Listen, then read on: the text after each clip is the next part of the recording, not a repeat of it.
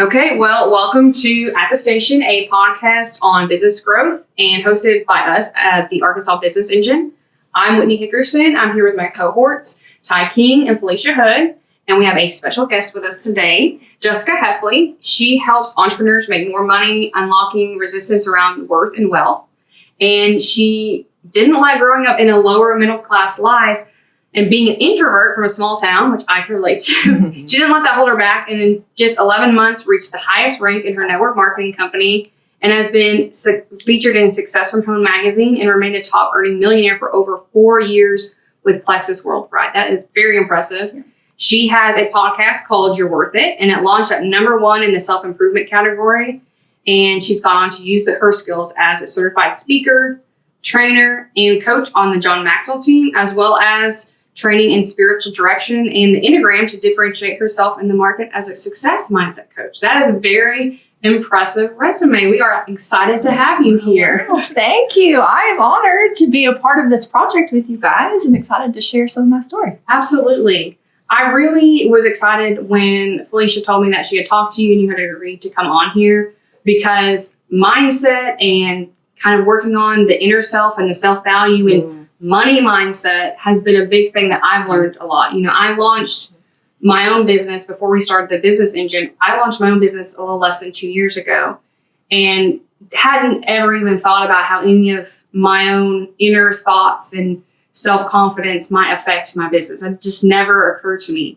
And I've learned a lot over the past 2 years. And a lot of what I've been working on, especially in the past year, is, you know, developing that mindset. I've worked with some other women in some mastermind groups to really develop myself and try to grow. And I've hoped that has really helped me a lot. It seems to have. And, you know, we were just talking, even starting this new business, when we started the engine, there was a lot of, there's still imposter syndrome. It's like, are we really, qualified to be doing this? I mean, I think every business owner does that. And in your heart of hearts, you know that you have the experience and the knowledge, but you sit down there and it just hits you.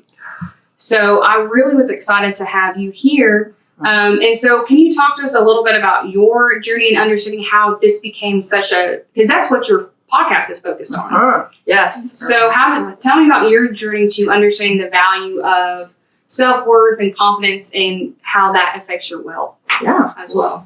Well, as starting out as an entrepreneur, like I am an extreme introvert. And so everything that I've done within my business has been a stretch for me, I really teach people to do something scary every single day. And I live by that. And I teach people that because we'll stay where we are in the same place that we are today if we aren't doing something scary. But a big piece of that is awareness. And I think as leaders, one of the most important traits in leadership is self-awareness. Yeah. And so for you because things are going to come along, you're going to get the doubts of, I'm not good enough. I don't know if I can do this. You know, you're going to have conflicts to work through, mindsets to overcome. But most people will just avoid those things because they're uncomfortable. That's what differentiates, I think, real leaders, is that a real leader will become aware that, okay, this is uncomfortable. This is a little scary, but they will make the choice to do that thing. Yeah. And that makes all the difference. One of the biggest, because the story that you just told is something everybody goes through. And so I'm really proud of you for joining a mastermind and being part of a community.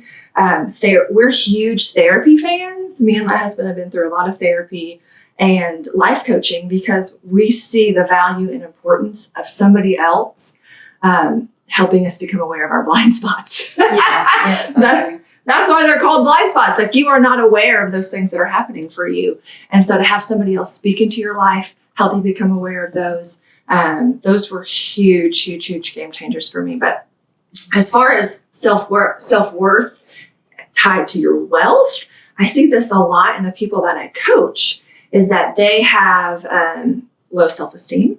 They have a lot of doubt. They have low confidence, and we attract who we are. And so the more that we work on ourselves, the more that we are more confident in what we do, the more that we will attract people who are wanting the same thing. But a big thing is that people just have to decide. They have to decide what they want. And so many business people will say, maybe let's do this. And then they'll try it for a while and it didn't work because they didn't fully decide. Mm-hmm. When you fully decide, you're going to do everything you possibly can to make that possible. But you also have to believe in what you're going to do. Because you're never going to go for something you don't even believe is possible for you.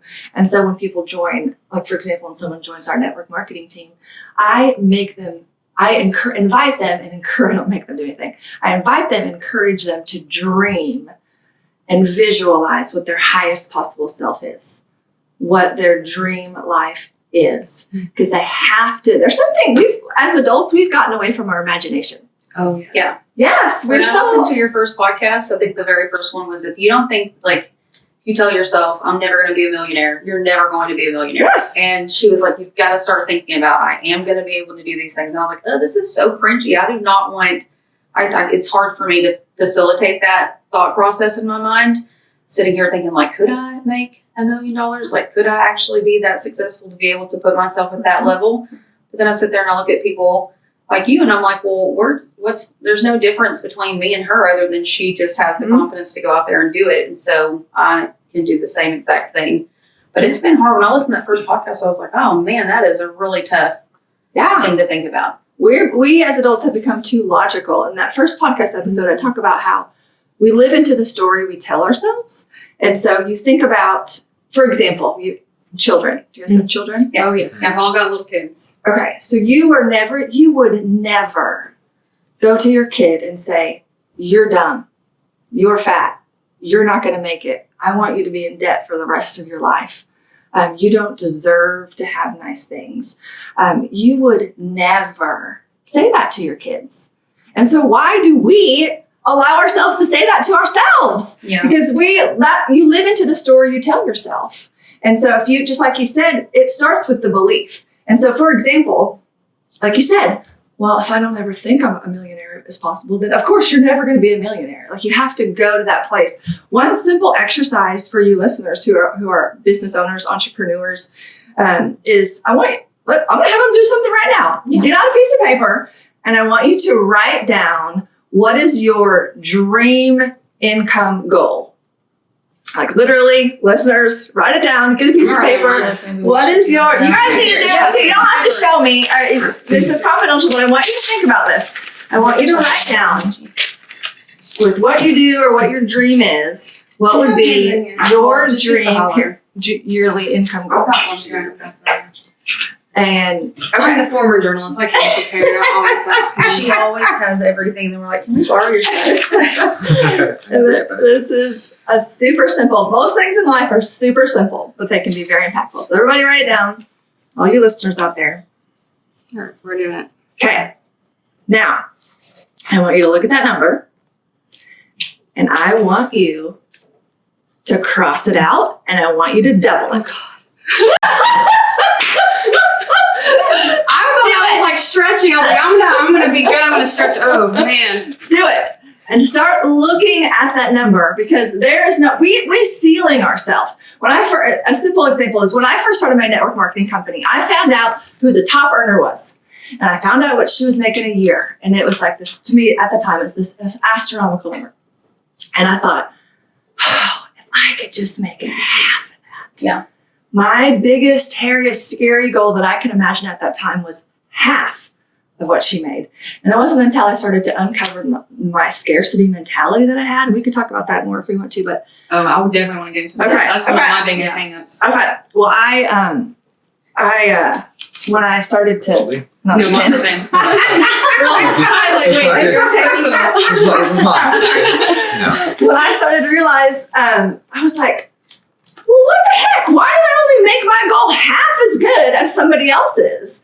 You know, in today's society, we're so prone to, you know, whether you're female, whether you're Christian, whether you're male, whatever your occupation is, you think there's this ceiling. And you think, oh, well, if I'm close to that or if I'm that, that's good enough. Mm-hmm. But the truth is, money is amoral. I mean, money is not good or bad. And I grew up thinking money was bad because we didn't have any. And it was just easier to judge people who had it than to really explore what was really going on with me. And so like even with wealth, like with money, for example, I grew up, my dad is an excellent man, worked really, really hard. He probably made $30,000 a year and supported a family of 6. And so I never even dreamed as a child. I never even thought that was possible. All I ever heard from my parents was, we can't afford that. We can't afford that. We can't afford that. And that was ingrained. And I've recently learned that children develop their money mindset by the age of 7. Yes, you just made a Facebook story on that, and you read it, and you're like, instead of telling your kids we can't afford that, let's come up with like ways that we can create ways. That. Like, how can we save up money to be able to go and have that? Yes, and that's what entrepreneurs do. They'll say, I can't afford that, or I can't do that. Instead of saying to yourself, that's important to me. What's a creative way what's something creative you can do to make this possible? Like, you said, I took my kids to get a bike or something. It's a bike. Like, we can afford to buy them a bike, but their birthdays are far away and I want to teach them some money lessons. And so I was like, okay, well, let's go and look at the bikes in the store so they can visualize what they want, get a picture for it, see how much it costs, and then they go home and do chores to earn that certain amount. And so I'm just trying to teach them ways that I can't afford that, or you can't have that. But okay, if that's something you'd like, let's figure out a way to make that happen for you. I love that. Yeah. So, okay, so you wrote the numbers down, you X them off, and you double them. Okay? Because we have to start with visualization. You have to start to let yourself dream, because you will never even get close. Like, if you double the number, you would have never even got close unless you start to imagine that it could be possible for you. But anyways, as a child, I was saying about my father. So as I became successful in network marketing, I started to feel some feelings of, like this was making me feel, uncomfortable.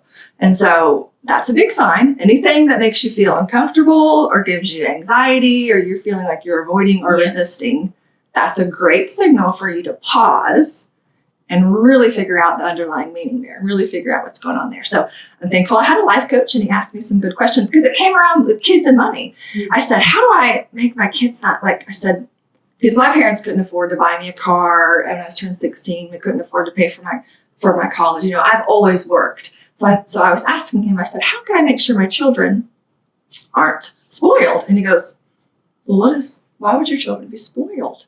And I said, because we might be able to have them pay for a vehicle. And he goes, what does that have to do with being spoiled? If people are grateful for what they have, they're spoiled. And I realized I had attached this meaning to people who are wealthy were spoiled. So I was feeling uncomfortable because I was making good money, but my underlying meaning I had attached to money was, if you have money, you must be spoiled. If you have money, you must not have character, because I grew up with the belief you got to work hard for your money. Hard work develops character. And so honestly, I make money from my iPhone sitting by my pool. So my childhood Jessica, my little child Jessica was like, ooh, you must not have character because you're not working hard. You're not sweating and working with your hands. Yeah. And then I so remember so vividly as a child, even my dad coming home and saying, he worked in a factory. He had safety goggles, steel-toed boots. He would come home and say, the company men came to visit today. I can't believe how much money they make. They should make less and give us more. And so my meaning I had attached to money is if I made good money, I must be taking it away from somebody else. Mm. And so it was this scarcity cap mentality of there's only this much amount. So if I'm making a lot, I must be taking some money away from the poor, which so is not true. There is an infinite amount. And so when we helped uncover that, which is super, super important, like you have to, first of all, recognize the lies that you've been believing. And so again, whenever you're feeling uncomfortable or feeling anxious or shameful or whatever, you have to figure out the lies you believe. So I was believing I didn't have character, I was spoiled, and I was taking money away from somebody else, which is not true. And so you have to recognize those things to be able to change that. And so the first step would be to recognize those, and then you have to replace the lie with truth. And the truth is, and so he made me make a list, and he said, list 25 reasons why money is fun and awesome and good, and the good that you can do with it. Because I had to give my brain proof that I wasn't spoiled, I didn't have character. And so when you're rewiring your brain, you have to give it proof. because it has to have proof for what it believes. And so I made a list of 25. I encourage you listeners to do this if you're struggling with this as well. And then I also you made me think of 5 people who were wealthy and write down 5 good characteristics about them and good things they were doing for this world. Because again, I had to rewire my meaning that I'd attached to wealthy people. So I had to recognize, replace, and then keep repeating that truth. Keep rereading that list. Keep going back to that. So that was hugely eye-opening for me to break through that. Even though I was making a lot of, I was making close to 7 figures at that time. For some reason, I thought, well, since I'm making more money than my friends or more money than most of people that I know, that must be enough. Instead of understanding the more money that you have, the greater impact that you can make. Yeah. The more options, the more fun, and the greater impact. And so we should never cap ourselves for some meaning that we have from our childhood. Yeah. Yeah. I think that's big. I think a lot of us who grew up, feeling the pinch of not having enough can really relate to that. Oh. So I know I can. And I still have, even beyond that, just that money mindset of I'll never have enough money. That's the one that I've really had to battle against. It's like there's just something about me that I just can't hit that. I just can't break through that barrier. And that's been one that I've struggled with, and that's been one that I've been working on, because once I really realized that I had that belief, because you don't really consciously think about that a lot until you really start digging in. Then I really didn't realize that I'm still holding on to all this from growing up, and growing up feeling like there was never enough, and growing up feeling like angstily writing in my journal, like so-and-so's parents are fine and mine worked really hard. Why don't we have enough money? Life isn't fair. and you realize you come back, 15 years later, I'm thinking about that. And I'm like, oh my gosh. I'm still holding on to it. I'm still holding on to that. And the truth was, when I was 16 and my friends were getting cars and we called them spoiled, the truth was I wished that was me. And so it was just easier to be like, well, those people are spoiled, instead of really recognizing that it was some jealousy and some judgment. And so having that awareness. Yeah. When you were even saying that, it made me think, you kept saying, what were you saying? I don't have enough. Like I'm whether I'm not worthy or I'll just never get there. Like I just can't do it almost. Was a mindset that I had for a long time. Yeah. And if you fight for those limitations, you get to keep them, which is, so like if you're like, I'll never have enough. If you keep replaying that story, to hear that's that. true. I feel the same way about that. I sit here and think there are people who are my age who are doing really well. There are some people that we're going to have on the podcast who are around the same ages, in their early 30s. Yeah. And so they're thinking they're how did you get here? What happened? Did your family help you? And that's horrible to think that they couldn't get there on their own. Someone had to facilitate that for you, right? Oh, see, and this so, is good. Yeah, and so I'm sitting here thinking who helped you at the very beginning to put you here? And so, but then I'm sitting here telling myself well, I'll never be that. I couldn't get to that. It's the hardest thing for me has been for marketing, because I don't do marketing. So I do finances. And so when we do marketing, she's like, well, we're going to call all these people today. And I'm like, so you're going to call all these people today? Because no is so hard to hear. Yes. It's just a word. It's just no. Yeah. And it's a part of everyday life for anybody. But to hear someone say no to you, Yes. and to not take it personal, it's an attack, something's wrong with you. Yes. I don't want you to do my stuff because there must be an issue with you. And that's how I've internalized it. Mm-hmm. And so it's been so hard to sit here and think, well, maybe I just didn't do well enough on my presentation to them. If it isn't anything personal, they don't need the services that I provide for them. There's going to be a yes somewhere. It's okay to have this no. It's nothing, nothing towards you. Because when I first started my business last year, I got a lot of no's because they were like, no, we don't need that. We have someone else who does that for us. And so I was like, is this ever going to happen? Is there something wrong with me? Not maybe the way that I was presenting the information that I was giving them or anything like that. It was 100% they must not like who I am and who they see as me. And I thought, man, there's something wrong with me. And so it's taken a lot of I go to therapy too, and I go sometimes twice a week. And so it's been really big for me. Make counseling cool. It is really cool. And I hate that people think that it's not, because nobody likes to talk about things like that. It's easier to keep it closed, but it's hard to grow. But it's been, in the last year, to look back on who I am has been, a huge eye opener. Wow, you have really come far. I still have a long ways to go, but I mean, imagine if I was still where I was at. Every day is going to keep on happening. Next month is going to come regardless if you do something or not. Yeah. So I can either stay where I am today, or I can use that month and actually grow and do something. And so since August of last year, I've really focused like, next summer I'm going to do this, or next summer I'm going to do that, or I'm going to be fit, before the next summer comes around. And then it never happened. For something like in August, something just went off, in my brain. And I thought, this is really my time, not my year, not the beginning of the year, like right now in the middle of the year, August 2019, this is my year. And so it's been kind of just a light switch came on. And there's been times where I've fallen backwards and stuff, but I've really told myself, like, you are worthy of these things. You are deserving of all these things. You can do all the things that you want to do. You may have to work harder than some people who it may come easier for, but you can still be all the things that you want to be, both personally and in your business. So that's been a very, very hard thing to work on. And what if, this is so much awareness, what if even you started to ask yourself empowering questions? Like an example, when you were saying, people don't know what I have to offer. What if you tweaked that and said, why are so many people attracted to what I have to offer? Why do so many people love my services? Like switching that, because your brain wants to answer questions, just like Google, it will find the answer. So, and like just on a personal note, you can be like, why am I such a horrible wife? Or you can say, why am I such an exceptional wife? And then you look around. There's other ways to fulfill that. Book on that. I can't remember the title of it, but you've probably read it because you're saying exactly The that secret stuff. code of success is where I learned the empowering questions. There's my mother's best friend is a therapist, and I watched a presentation she did on that exact thing. And it was basically the science behind that. It's like your brain automatically tries to answer. When you ask yourself a question, your brain is already automatically trying to think of the answer. So if you ask yourself, like, why am I so bad at life? Why am I so bad at making sales calls? And you're going to come up with all the answers. Yeah. But if you said, why do people want what I have to offer? Then your brain is going to start thinking of those answers. And so when you ask those empowering questions, don't say, why can't I be different? Why can't I not be poor? Like, think of the positive. Like, why am I on a path to wealth? Why am I, becoming so successful at my business?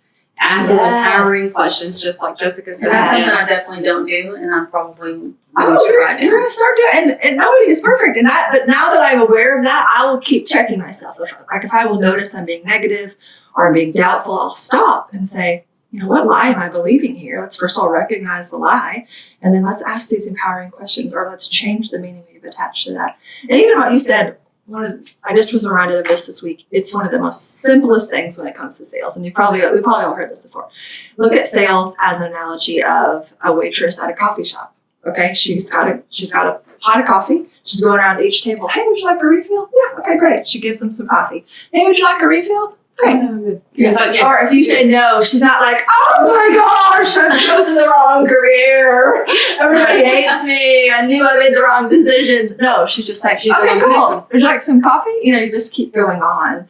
And that's when we can separate and not attach our self-worth to what we have to offer, and know that some people are going to say no. But if you believe in what you have, this goes back to belief. Like, you have to believe. If you believe in what you have to offer, then go on to the next person, because people do have, and even in my profession, we do everything on social media. And so I teach people, there's always going to be a couple of people who don't like what you do, or are misinformed or miseducated about what you do. And they have, this weird opinion. And so when I teach people to post, I call her Tina. Let's call her Tina right now. And so I'm about to post, and they're like, oh, what's Tina going to think about this post? I think that same way. What's Tina? Let's edit this to try to make Tina happy. And so you try to edit your marketing style or edit your business to try to make these two haters happy who are never going to like what you do.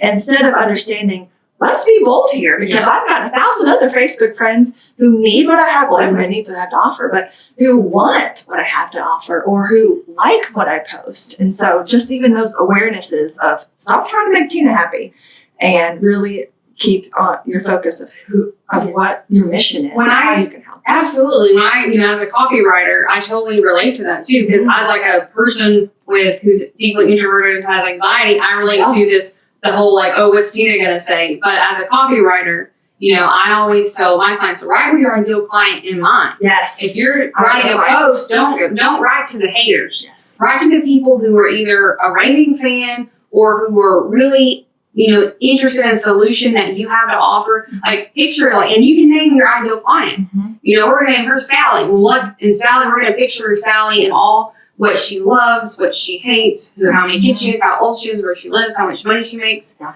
Put all that together as your ideal client, and then write to her. And that's easier. Felicia always talks about getting frozen up on trying to write. I do, and I'm not bad at writing. I'm good at writing, but that's a huge thing that I work on in therapy is I am super self-critical. I mean, I put expectations for myself that, am I ever going to meet those expectations, What's your Enneagram number? I have no idea. Oh, girl, talk about that. I have to figure that out because I just looked at that the other day, but I have no idea what my number is. But I am very critical of myself. Minus whichever one is the perfectionist. I think it's That's a one, and I'm a 1. Yeah, and so I'm very thinking, self-critical. I had him whenever we first started this. I had a company called Blanchard Bookkeeping, and so we dissolved that and folded our businesses into Arkansas Business Engine. And before I was telling him, I was up for 4 hours last night working on this post. It's not even super long. Perfectionism! But I'm in there and I'm just like typing away, and it's like 2 hours later, and I'm like, it looks like a 15-year-old wrote this. Like, it looks like I did this in high school for like a class project, and I had no idea what I was doing. And so then I go back and I delete it all, and then an hour and a half later, I like come up with something, and I'm like, fine, I'm just throwing it out there. I get some good ones. Like, I've had some good ones that I thought were like, okay, this is good. This is a good one. Yeah. But I have more that were just never completed. I was like, just screw this, I'm not doing it. And then I'd just be done with it. I'm like, I'm just not going to do it. Because I would think, well, someone's going to read this, and if I have a punctuation error in here, or I have a comma plus or something, or what if I did not use the correct word? Or what if this doesn't get the number of views that I'm hoping that it would get, or it doesn't get the number of shares that I thought that it was going to get? Like that must be because they don't like me, or there's something wrong with me. So then I just wouldn't even post it. Mm. And so that was a big thing. I'm grateful that we have a marketing team because I actually get to do that. But I do. I'm like, well, I don't even have to worry about those feelings anymore because they're the ones who have to do that. So, but it's probably something that I still need. I still have to go talk to people, about this. It's not like we're entirely the only ones who are going and telling people in the community about Arkansas Business Engine. I still have to go and tell people and talk to people. But I guess I don't know. It's just putting it out there and knowing like. It's so weird that we attach some sort of significance to a number on a screen, but like not seeing like those likes or those little hearts or, shares or views, and you've only got one view or you've only got one like, and you worked 4 hours on that, and you like, that's it. That's all I got was just one. And so I think what's even worse is like if you have a really good month and like you've had a lot of interactions, a lot of engagements and likes, and then the next month, because you posted something really significant in that month, the next month, like your content could be the same quality, but the conditions didn't hit right, and so it's like, it shows that you're down. Facebook is showing every day, like, engagement down, and it's like this red line. You're like, oh. So what did I do wrong? What am I doing? Yeah. We get in our heads so much as business owners. We get in our heads about everything, I think. It's easy to do. It's easy to overanalyze every post. It's easy to overanalyze your stats. And where did I go wrong? What did I do? What could I have done better? How come I didn't, create a great viral post this month? Yeah. It's easy to get in our heads. It's hard to get out. And I think that doing, some of this mindset stuff, learning to, love ourselves more and being a little easier on ourselves as perfectionists. Extending grace. That's the big thing. So. And you got to put yourself out there. That's why the self-worth can be linked to your net worth. And so, because if you're so paralyzed and worried about what people are going to think about you, or if this is not good enough, like, progress over perfection. I'm a huge Brene Brown fan, and all of her work teaches about shame and stuff.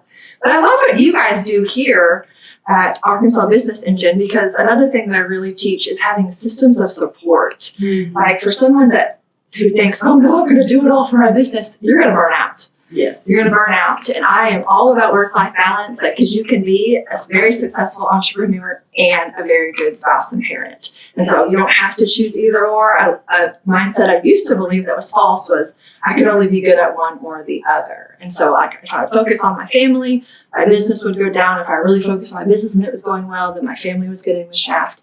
And it was because of a limiting belief I had that I couldn't be both. And people project that. I mean, I've seen posts by, people who I admire who say, if you're not willing to put 18 hours a day and you're only going to be mediocre. And, you hit that. I hit that and I see, oh my gosh, like, I was like, I can't do that. I've got little kids. I've got a husband. I've got, A life. I've got other responsibilities. And I'm not afraid to work hard. Yeah. I'm not. And I'm not afraid to work late nights and to do what I need to do.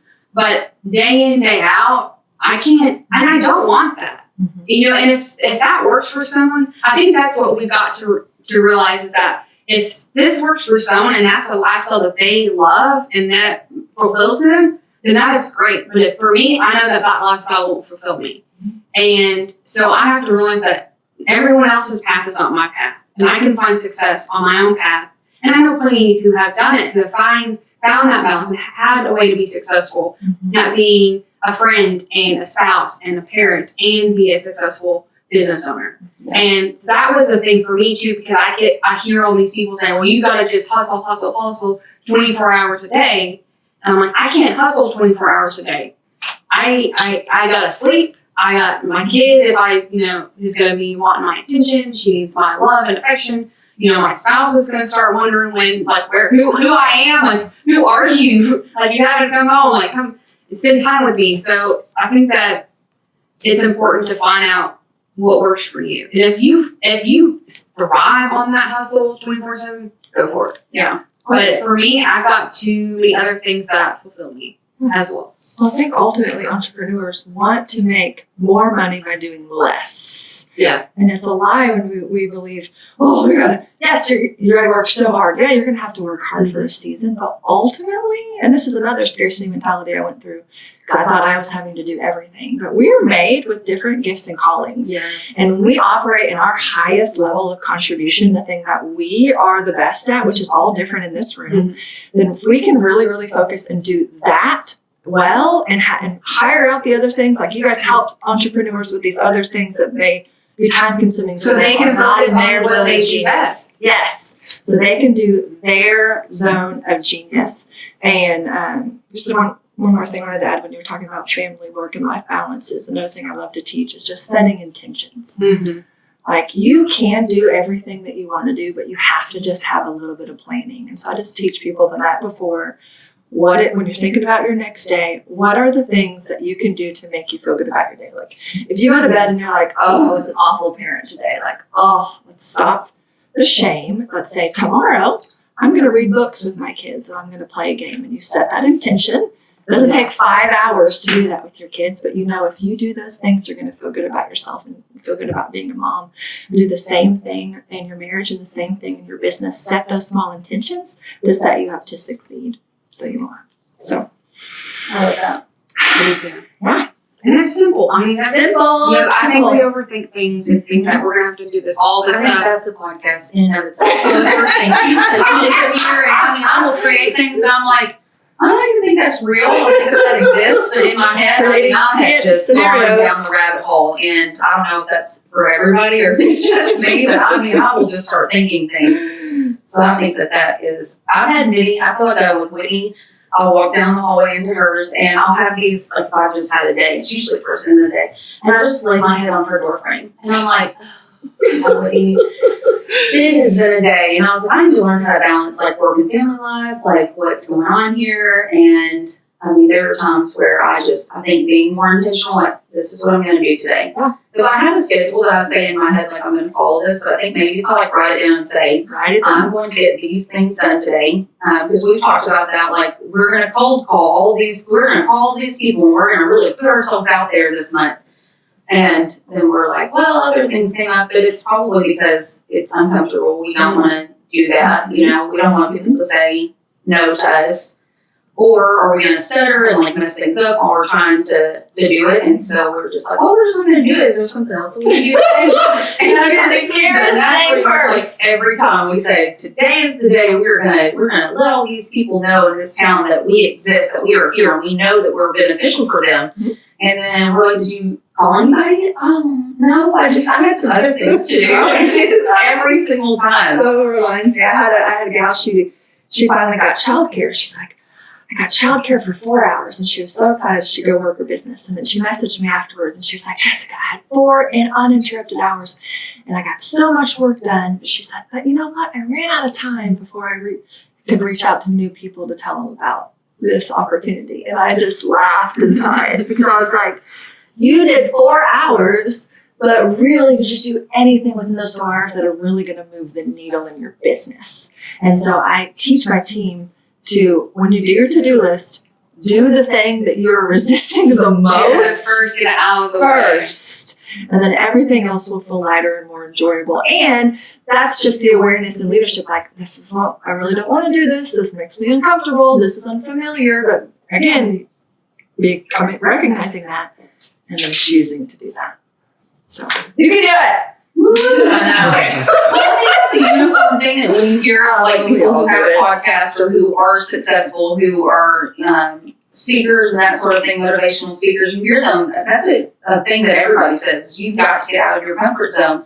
But it is scary. Like, people like the familiar, no matter how bad it is. It doesn't matter if you're in just a horrible spot. It's familiar, and you know every day, well, it's going to be the same every day. I don't have to worry about it. And it's difficult to say, even if this could be better, even if this unfamiliar is better for me, I'd rather stay in this bad familiar than I would the unknown. And that's just so crazy that that our minds just naturally think that way. But it's definitely been something that I've had to just kind of refocus myself on, saying, like, I don't like this, and this is familiar, and I'm wanting to stay here because it's comfortable, because I know what to expect every day. But what if I could be here, and it could be all the things that I thought it was going to be? You know, but I'm never going to get there if I just keep staying in this comfortable, familiarity. It's a chemical thing that happens in your brain. It's your brain is trying to protect yourself, because rejection can be painful. So it's like this if of self-preserving. But self-preserving is self-preserving, staying the same, staying exactly where you are at. And so that's where the self-awareness and recognizing when those feelings are coming up, and then making the choice to do it, because you know where you're headed, you know what you want, you know your ultimate, your dream double income. Yes. In order to get there. Really, I thought when I put my number down, I thought, well, that's a really high number, because I really want half of that. And then you said mark it out and double, and I thought, okay. Start looking at that. I was like, oh no. You put that number somewhere. Start literally seeing it with your eyes every day. When I first started, I printed out in our company, you get a Lexus and a trip to Hawaii at a certain rank. And so I printed those out when I first started and put one on my fridge. And I put a little picture of a Lexus on my Toyota 4Runner console. So I would see it every single day. Because my closest friend, still thought I was crazy at the time. And so I had to be so protective of my belief. I had to be so intentional. I had to feed that belief. And it had to do with visualizing. You have to spend some time with imagining your toes in the sand, imagining the ocean and the breeze, like imagining myself there, because you'll live into the story you tell yourself. If most people would be like, oh, well, that's good for them, I could never do that. And you're right. If you believe you could never do that, then you're not going to do the things that are unfamiliar or uncomfortable, or you're not going to go after things or try new things because you already don't believe it's possible for you in the first place. Yeah. Protect that belief. Yeah, visualize it. So you do a lot with the Enneagram, which is something I've kind of just now explain to the listeners what that is, because that's not even something I'm super familiar with either. I am, okay. It's been so helpful. Most people are like, oh yeah, another personality test. It is not just another personality test. It really reveals, there's 9 numbers, but it really reveals what your core motivations are and why you do certain things in life. It may be a childhood wound or a childhood message that you heard growing up. Like, for example, I'm a 1, and so until the Enneagram, a 1 is like everything's right and wrong, black and white. My whole life I have viewed life that way, and I always was like, why doesn't everybody get this? This is the right way to do it. Y'all are wrong. Why can't you see it my way? Like, it was super unhealthy.